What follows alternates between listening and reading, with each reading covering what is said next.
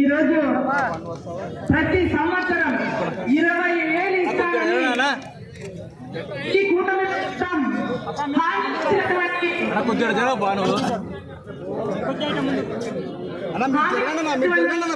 ఈ కూటమి ప్రభుత్వం దగా చేసినటువంటి ఈ కూటమి ప్రభుత్వం ప్రజల్ని మోసం చేసినటువంటి ఈ కూటమి ప్రభుత్వం ఈ ప్రభుత్వానికి మాది మంచి ప్రభుత్వం మాది మంచి ప్రభుత్వం అని వాళ్ళ భుజాలు వాళ్ళే కొట్టుకొని తిరుగులాడుతున్నారు.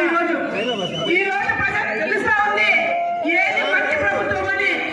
జగనన్న హయాంలో ప్రతి సంవత్సరం ప్రతి రైతుకి 12,500 ప్రతి రైతుకి 12,500 ప్రతి రైతుకి ఇస్తానని హామీ ఇస్తే ఇంకా పైపచ్చు రైతులు రైతే రాజు అని రైతులు మన దేశానికి వెన్నెముక అని చెప్పినటువంటి రైతుకి మరి ఇంకొక 1000 ఎక్కువ ఇచ్చి 13,500 ఇచ్చి మన మేనిఫెస్టోలో చేసిన హామీ కంటే 1000 రూపాయలు ఎక్కువ ఇచ్చి మన రైతుల్ని కాపాడుకుంటున్నారు.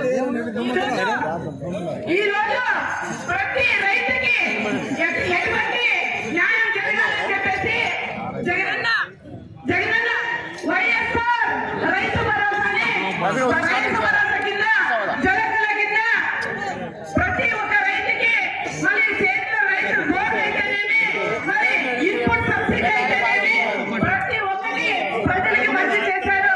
ఈ రోజు పంట నష్టం కానీ రైతుకి జరిగినటువంటి నష్టాలు వర్షాల నుంచి అకాల వర్షాల నుంచి నష్టము మరి సకాలంగా రాని నష్టాలు అదేవిధంగా ప్రతి ప్రాంతంలోనూ మరి రైతులు పండించినటువంటి ధాన్యాన్ని అదేవిధంగా ధాన్యము కలర్ మారినాయి. వీటికన్నిటికీ బీమా కావాలి అంటే బీమాకి డబ్బు కడితేనే బీమా, డబ్బు కట్టకపోతే బీమా లేదు. కాబట్టి ప్రతి ఒక్కరూ జగనన్న హయాంలో బీమా ఫ్రీగా ఉండేది. కాబట్టి మనము ఈ కూటమి ప్రభుత్వానికి తగిన బుద్ధి చెప్పాలి. మనము ఈ పోరాటం నిరంతరం పోరాడాలి. మనమంతా జగనన్న సైనికులాగా ప్రతి ఒక్కరూ జగనన్నకి వెన్నుముకగా నిలబడాలి.